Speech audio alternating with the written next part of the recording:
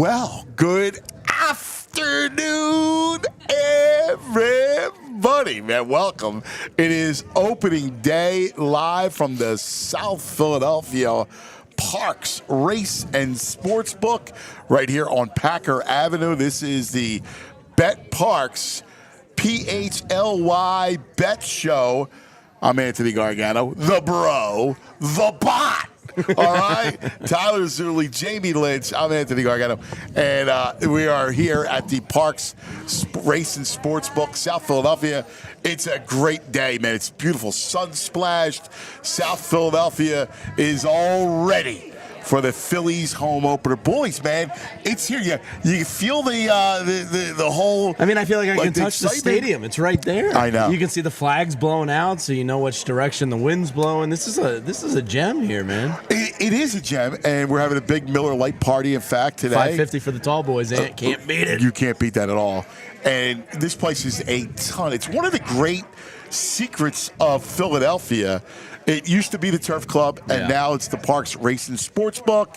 And they just did. They put some good money in here. Yeah. They redid the TVs, I would say on the wall elite screen. TV setup in here. Yeah, it's right there. It's unbelievable. You can sit down, hang out, I think watch I see 65 TVs from my purview right here. And it's going to be crazy because every single one of them is going to have the same game on today. Yeah. So you pretty much look wherever you want. You're good. Well, yeah, you are. But if you walk straight back to our right, diagonal takes you right to the sportsbook window. Yeah. So, You even got kiosk right there. You got the kiosks all around. You got the windows, whatever you want, man. Yeah, it's nice. Baseball's back, brother. Bunting flag. You gotta love it, man. You gotta love it. So my wife came home yesterday. I'm watching the Rangers and the Cubs, and I said, "Listen, I'm really, really sorry. This is going to be every day for the next 180 straight days. So if you want me to go buy a tablet or we can get a bedroom TV and I'll just seclude myself, but it's going to be baseball for the next 6 months." She's like, "Oh, okay, all right." Yeah, she loves baseball, but I think she's not a sicko like me. Listen, Nobody's liking baseball. Nobody's sicko like you. Nobody's sicko like the bot.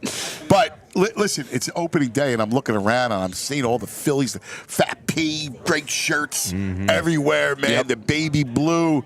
Look at Julia. Julia, show everybody your socks. All right? This is awesome. Oh, no. Look at these socks. These Philly socks. Is that awesome? All right? Stirrups. I love it. Oh, my God. That's incredible. Legit. I tell you, Julia, I went.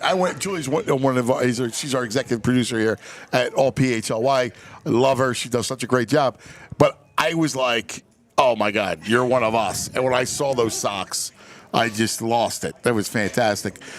Boys, what a matchup today. This is great baseball. It's Strider against Wheels Up. Zach Wheeler, fresh off the contract, against Spencer Strider. Strider, as you know, is really good against the Phillies in the regular season. Phillies have his number in the playoffs. He's a son of a bitch. Is what he is. I mean, let's just call it what it is. Yes. Screw that guy and his tight-ass pants, but he's really good. He strikes out a lot of batters. He is good. I mean, these are your two Cy Young candidates, your top two odds. Yes. Yeah.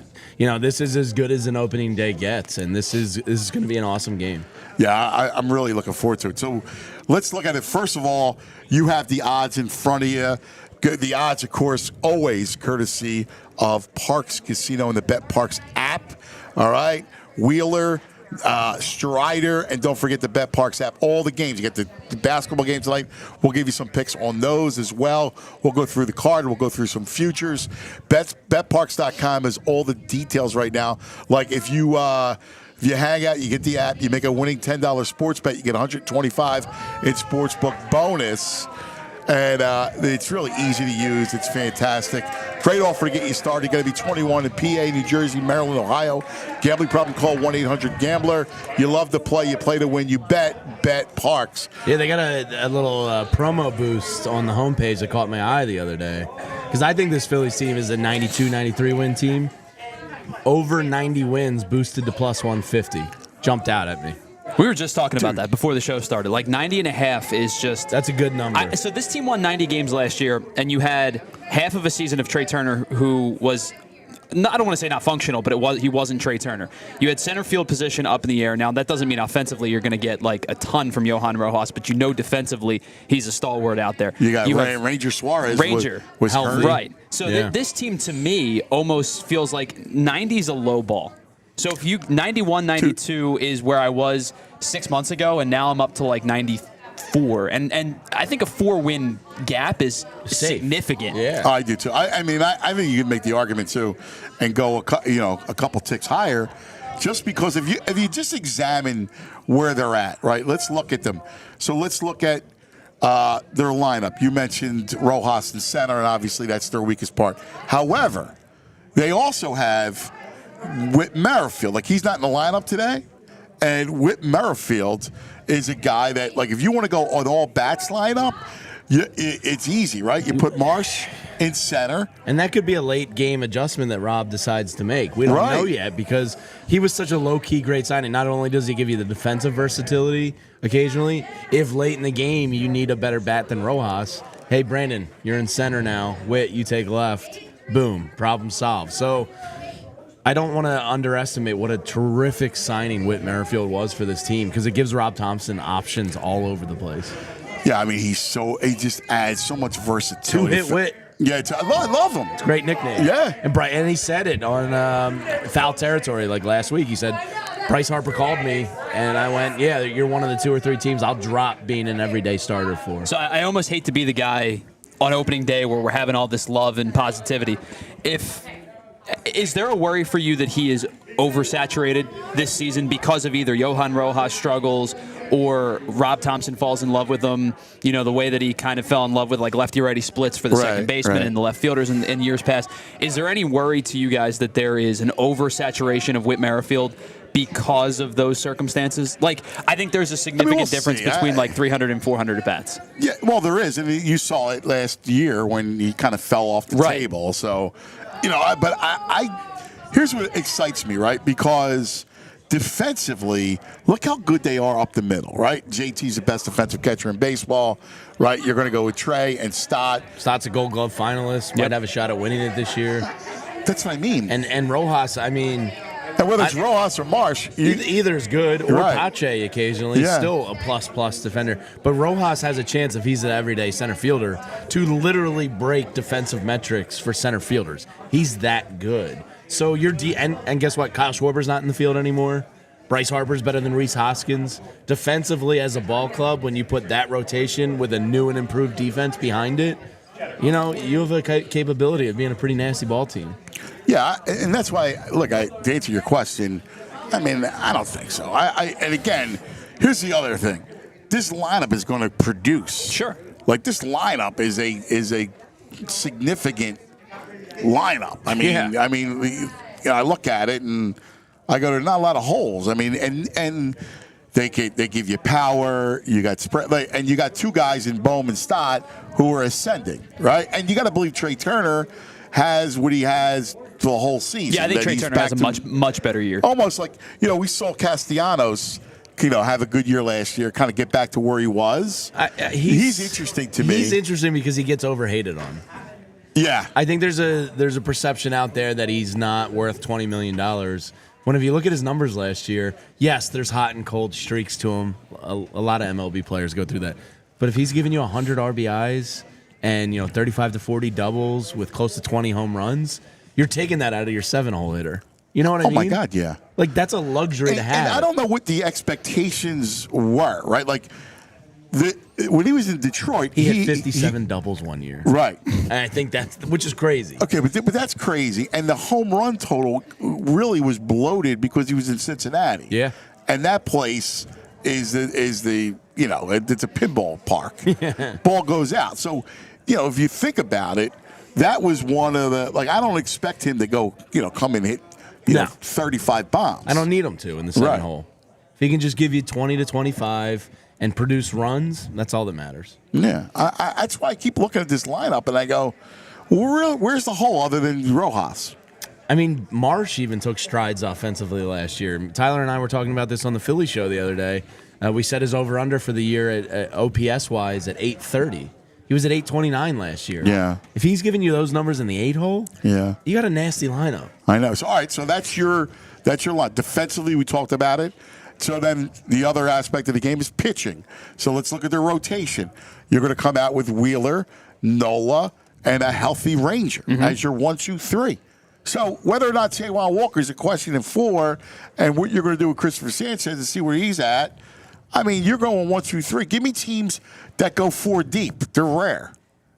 There's 2. I think there's 2 in baseball. It's them and it's the Seattle Mariners. Yeah. And that's it. And I, quite frankly, I think that, if Christopher Sanchez can get the velocity like we saw in spring training from that 91 to like 93, that changeup is a devastating like wipeout pitch. And if the velocity the deficit increases, it becomes an even more deadly pitch to use. I love the velo depth. He gets real horny talking. You know what I mean? Like I love it. It's so interesting to see a left-handed pitcher who knows how to pitch, and you have 2 of them where you have 2 guys in Ranger Suarez and Christopher Sanchez. Neither of them throw overly hard, but they have command of the strike zone. They have command of their breaking balls, and they know how to work not just forwards but backwards.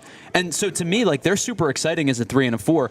I have big expectations for Chris Sanchez this year. Okay. Not like, I'm not talking like 1, 2, but like as a 4, he's a legit. I think he's a legitimate number 4. Yeah, well, I mean, if you look at like Fangraphs and some of these advanced metric, predictions, the Phillies are pretty much in the top 5 rotations every single time. And they're at the top when it comes to their bullpen. I mean, you look at that bullpen, and it's got an array of arms, closers. You got Hoffman, and then you got 4 guys that can probably step into the job. Sir Anthony. Yeah, and Orion when he's back. Yeah, and obviously Alvarado. Yeah. And as you said it, Jeff Hoffman came out of nowhere. Yeah. He was tremendous last year. I am a little nervous that he can repeat that. Yeah. But they seem to really like him, and that bullpen should be nasty. The beauty of the 4 guys you just mentioned is like you don't have to have a closer per se. You just go high leverage, right? And you mix and match, and you can use Strom and Alvarado and against lefties. I hate that, but yeah. See, that doesn't bug me. I know it doesn't. I know that you love the traditional closer. Well, Rob even said it. He was I'd love for somebody to take the job. Yeah. Just go out there and take it. Yeah, I listen. I'm a big believer in roles in the bullpen. Yeah. I don't like to just go mix match and break. It's one of the things that drove me nuts is bringing Alvarado in the game in the 6th inning. I know you can tell. Wow, anyway, that's the big leverage spot. Like there's the bases loaded, nobody out. Yeah, I go back and forth between you and Tyler. Yeah. I'm like somewhere in purgatory in that decision. Like sometimes I go, well, if the heart of the order's up and they're all lefties, then I'm okay with Alvarado. Yeah, until you burn them, and but then in the 9th inning, you're like, oh, yeah, I wish I had him. That's a thing. I mean, like, look, we're getting on a debate, but the issue is their bullpen is among the best in baseball. Yes, no doubt. So now you talk about their bullpen. You talk about their rotation, their lineup, and they're good defensively. So how's this team not going to win 91 games? That's what I don't get. I think it's a great number to get plus 150 on over 90 wins. Are you going to be kidding me? I think the team that prevents the Phillies from winning 91 games is the Phillies. And I know that sounds silly. Like if you lose, you lose. But like, I don't think that there is a clear-cut distinction between them at 94 and them at 90, except like self-implosion. You know what I mean? Like, okay. So follow that path. Where does that come from? At this point, I don't know. It shouldn't, right? Like you could see, like self-implosion. You could see, you look at this. You're piecemeal. You're hoping guys come back from injury. That's when we talk about self-implosion, right? Like when you're banking on guys to now come in and be healthy and stay out. In this situation, it's not like that.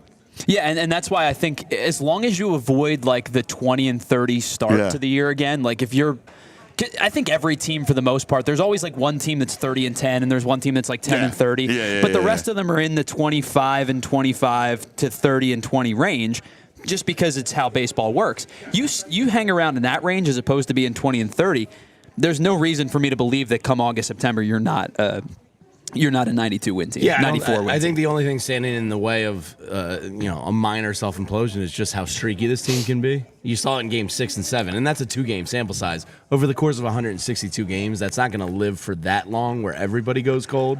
But they do have some streaky guys. Well, here's where it starts. I just pulled up the Bet Parks app right now, but to go over some fresh stuff with you guys. But here's the thing: the reason why they went cold is they're a free swinging fastball team. Yeah, and that's where they're the adjustment. They're a bunch of mimbos. They are. They're a bunch of sexy. I'm gonna swing out of my shoes and go for the fences team. And and the problem was they had great success the first part of that series, and then you don't change your approach. Oh, I mean, he was Blastianos the series before that, and then he comes into that series, and it's like you don't want him to change what he's doing at that point. But, correct. You kind of have to live and die with this team's hot and cold streaks a little bit. All right, let me. But their hot is as good as anyone in baseball. Well, I mean, that's why I keep going. Let's look at today, and what do you got line-wise? I'm on the Bet Parks app right now. I was going to go over some futures with you in a little bit as well. But what do you got today for the game itself? I mean, the Phillies as a slight dog here at home on opening day with that crowd, and the way Wheeler pitches against Atlanta. And this is his first opening day. So there's going to be a little extra juice there. You know what I mean? That might mean an extra mile an hour on his fastball. Yeah. I kind of like him a little bit. Spencer Strider's been shook by this crowd, and people are going to jump on him early. Yeah. They're not Strider! Marty! And Arcia's going to hear it again. And, it's an intimidating park for them to play in, and it's going to be a playoff atmosphere today. So, if you're giving me the Phillies as a slight dog at home today with one of the best pitchers in the game, I'm in. Yeah. This Braves team last year made a killing off of scoring runs in the first inning, just like off the charts good. If you can limit the damage the first time through the lineup, you've got a very legitimate chance of keeping this a low-scoring game. And I think it probably will be a low-scoring game. To get the no-run first inning at minus 134, that's pretty juice to me to say, that's pretty low to me to say that, our friends at Bet Parks think this is going to be a low-scoring game. Yeah, and that if you get around that first part of the order and you don't give up a run in the first inning, that under that no-run first inning, it's jumping out to me with how low the odd is at minus 134. To me, it seems like this is going to be a 3-2, 2-1 type game. I mean, I think, too, and you covered baseball forever. I mean, the pitchers are usually ahead of the hitters. Yes. And you have two of the best in the game. Yes. So I wouldn't expect an over today. You know what I mean? It's 7, it's low. But to me, when it's that low, that's kind of as low as they can go. Also depends on how the winds blow. If it's going to be gusty like they said. Judging by the carnival flags right over there, it looks like the wind is going to be going towards left center a little bit today because I think that's left field right there. So it does look like it's blowing slightly out, but I still think those pitchers are going to overcome the wind. Well, I mean, look, it is windy though. It's moving the gust. Now, where do you see that? See those carnival flags? Yeah. They were That's blowing. the Stella Maris Carnival. Yeah, it was South blowing towards the Ferris wheel. Now it's shifted a little bit right towards the bridge. Yeah, it's going to be interesting. So, I mean, the wind will play a factor. Yeah. It's a gorgeous day. It really is. And I'm actually glad that yesterday was canceled and today. It's more enjoyable for people today. Yeah. And by the way, baseball should have games during the day, all day today, too. Yeah. You've been harping on this thing for a while. It drives me nuts every year. There should be just wall-to-wall action. Totally. Do it March Madness style. Just stagger the games. Come on. Yeah, no, you're spot on. Let's look at some of the futures on the Bet Parks app, and I'm curious of what you think. The Phillies are plus 550 to win the National League. Obviously, the Dodgers, and that with Shohei. What are they, minus 140 to win the NL? They're 2-1, which is so interesting because I don't know about you guys. When I look at it, I would never play anything but a long shot. No. To win, either a league because. We see from time to time again, the Braves the last 2 years were the best team in the National League. Right. And the Phillies beat them. Yeah. Yeah, I mean, if you're going to be playing a futures for the season, it's kind of fun in that you're going for the longer odds. Who wants a 2-1 for 162 games and then the playoffs? You want to take that plus 550 or better type of team. Yes. And if you're looking for that for a season of enjoyment out of a bet, the Phillies and Orioles to me are like the two that are pretty damn fun. Because I think the Orioles, I don't know if you have it in front of you. I think they were plus 450. 450. Yeah. Yep. Yeah, they're plus 450 to win the AL. Yeah. To me, those are two fun teams to bet. Yeah, I think you're right. Like I'm looking at an even longer shot because again, we talked about this. I took Houston to go to the World Series out of the American Well, they've League. only done it 7 straight years. But Like, Seattle at plus 900 is intriguing. I think you guys know how much I like gush over that pitching staff, and if Julio Rodriguez MVP tour goes the way that I expect it to, and he's as good as he can be, that Mariners team could be super dangerous come playoff time. That would be something that I would look at as opposed to going the 200 like you talked about with the Dodgers, or even 300 with the Braves. I think you take a little bit of a longer shot. A team like Seattle could be intriguing. Yeah, I get that. All right, I got in front of me the NL MVP. all right, so me and Tyler are All kind right. of lockstep on a This guy. is interesting. I want to hear yours first. So Our guys got some nice Acuna, odds. I'm just going to give for the audience. And again, this is all on the Bet Parks app. So this is what it is. Acuna is the favorite at plus 450. Mookie Betts is next. Otani's plus 750. Freddie Freeman is 11-1 with one Bryce Harper. So Bryce is 11-1. Fernando Tatis is 11-1. He's interesting. That's our guy. Is it really? Me and Tyler Yeah. both like Tatis at plus 1100 to take home the MVP. Because to me, the Dodgers 3, it's hard for one of those 3 to win it. Yeah. Because they all individually, if you Yeah. take their stat line at the end of the year, but like their expectation is what, 105 wins? Yeah. And all 3 of those guys are going to murder it. They almost kind of dilute their own MVP chances to me a little bit. A little bit, yeah. So Yeah. I look at Tatis, he's kind of hitting his prime, won the Gold Glove last year. Reports are he's matured, and, the clubhouse things and motorbikes aren't an issue anymore. I think he's ready to take one. To me, at 11-1, I like Tatis a lot. You know what's interesting is that O'Neal Cruz He hit one last from night, the didn't he? I know that's Yeah. from the Pirates. He's a good young player. What's his odds? He is 60-1. I mean, that's worth a little $5 I, sprinkle. right. feel, Like a I feel like piece of that's that. that's almost because of the team he plays for and not his talent. Yeah. You know what I mean? Whereas, like, how much can an MVP lift their team if they're still not good? Like the Alex Rodriguez thing You're right. when he won MVP with Texas and they were 4th in the AL West. Like, how much can your team be bad and you still win MVP? Yeah, no, it's a fair point. Because the kid's yeah. unreal. His exit velocities in spring were like 115 miles an hour on the Oh, on my the God. rag. He's Yeah. hitting piss missiles. I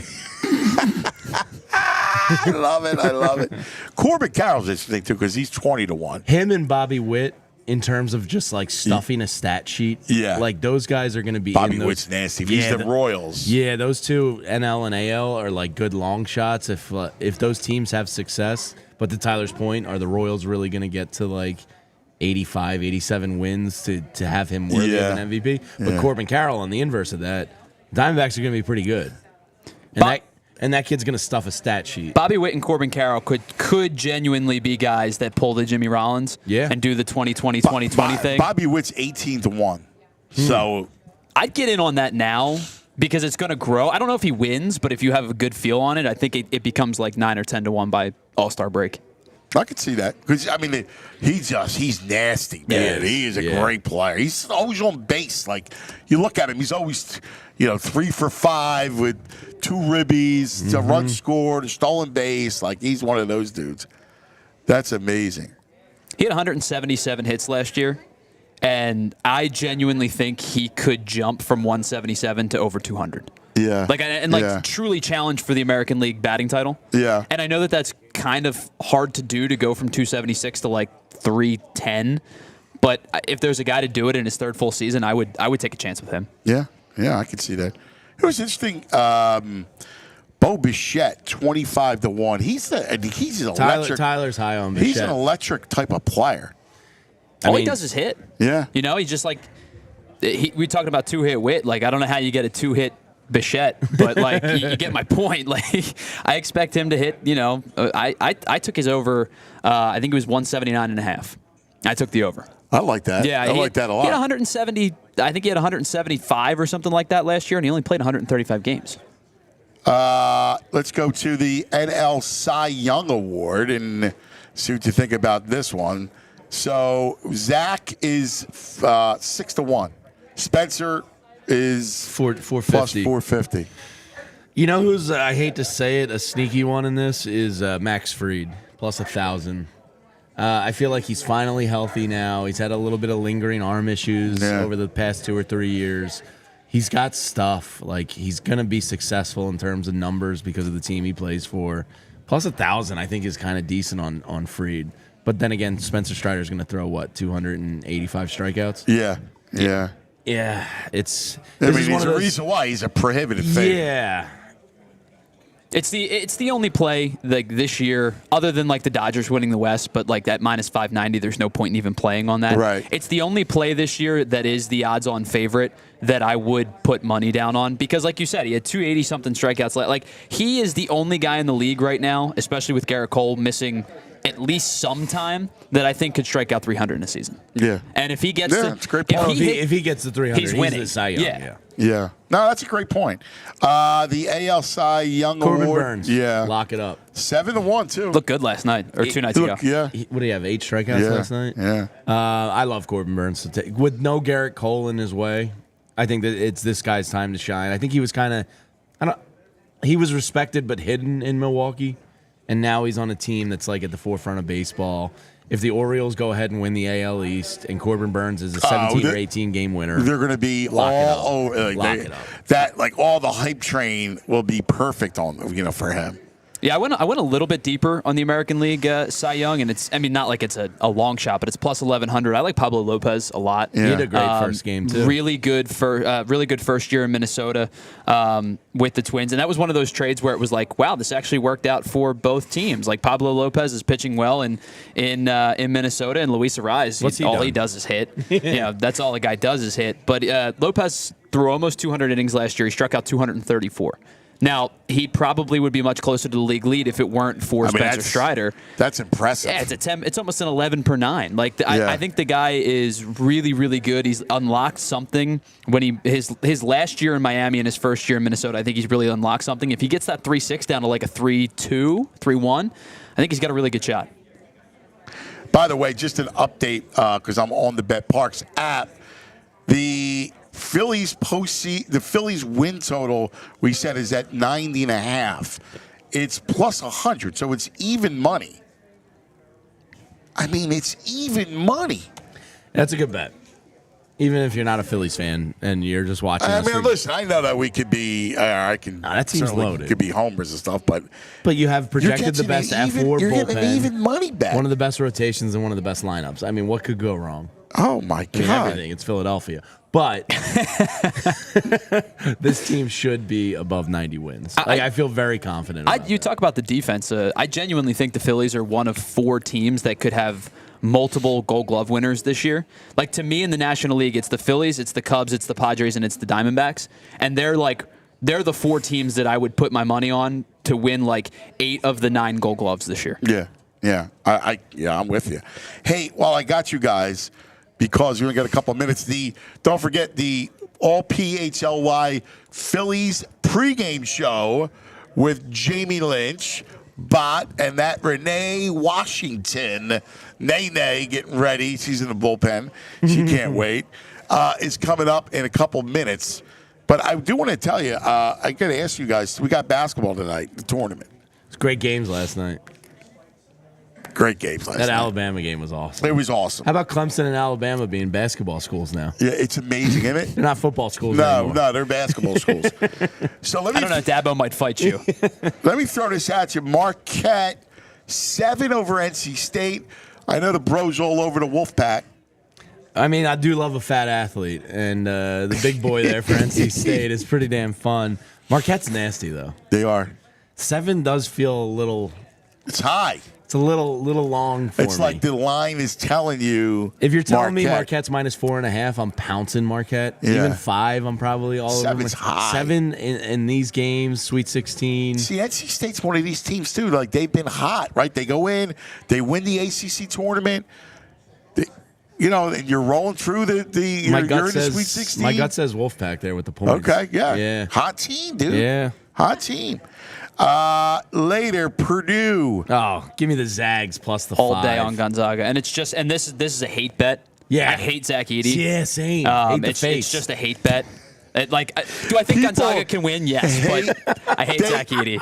What is it about the big man I don't know. people that it just elicits so much hate? What is that? It's the clunky big man, because the big man on Alabama last night, the 6'10" kid from North Dakota, was balling. He took over that game and won it for him.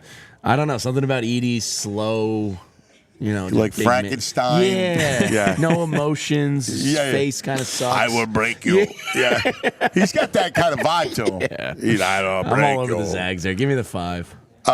Dude, Houston's laying 4 against Duke. That's going to be a good one. Come on. 940 tip there. Yeah, I like Houston all day. But I feel like they're a choke squad.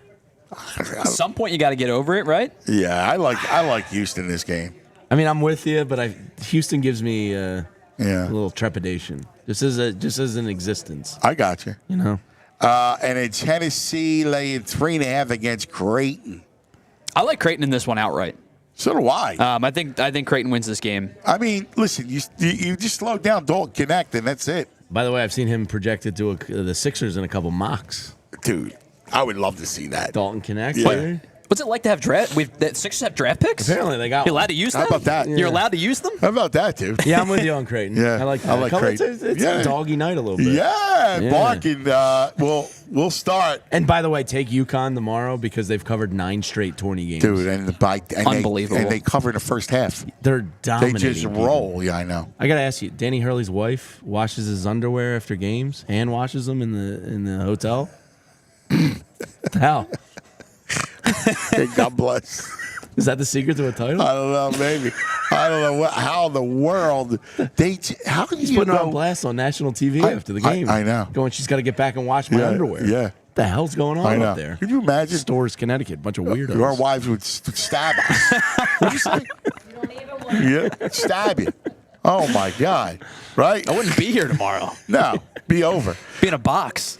So listen, we're going to turn it over to the All PHLY Phillies show for the pregame show.